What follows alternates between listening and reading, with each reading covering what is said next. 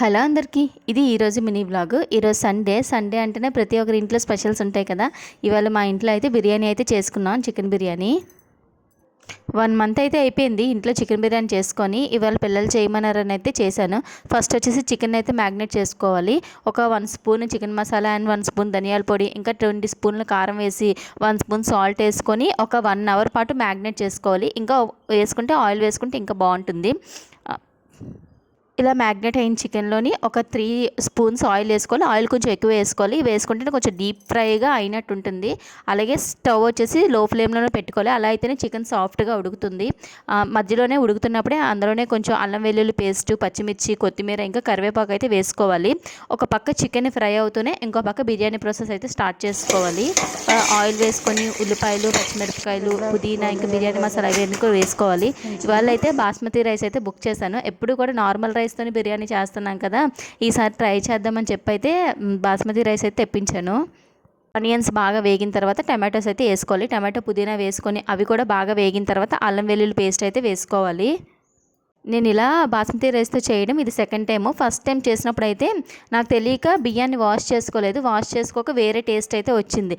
ఈ రోజు అయితే మాత్రం ఒక 3 టైమ్స్ వరకు వాష్ చేసుకున్నాను. అలా వాష్ చేసుకోవడం వల్ల అయితే కొంచెం బిర్యానీ టేస్ట్ అయితే బాగా వచ్చింది.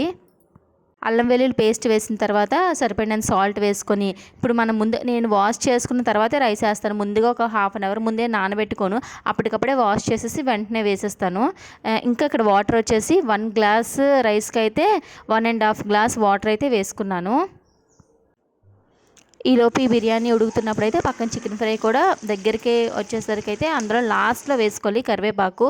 చూసారు కదా, బిర్యానీ బాగా వచ్చింది, చాలా పొడి పొడిగా వచ్చింది. వాటర్ క్వాంటిటీ బాగుంటే రైస్ ముద్ద అవ్వకుండా ఉంటుంది.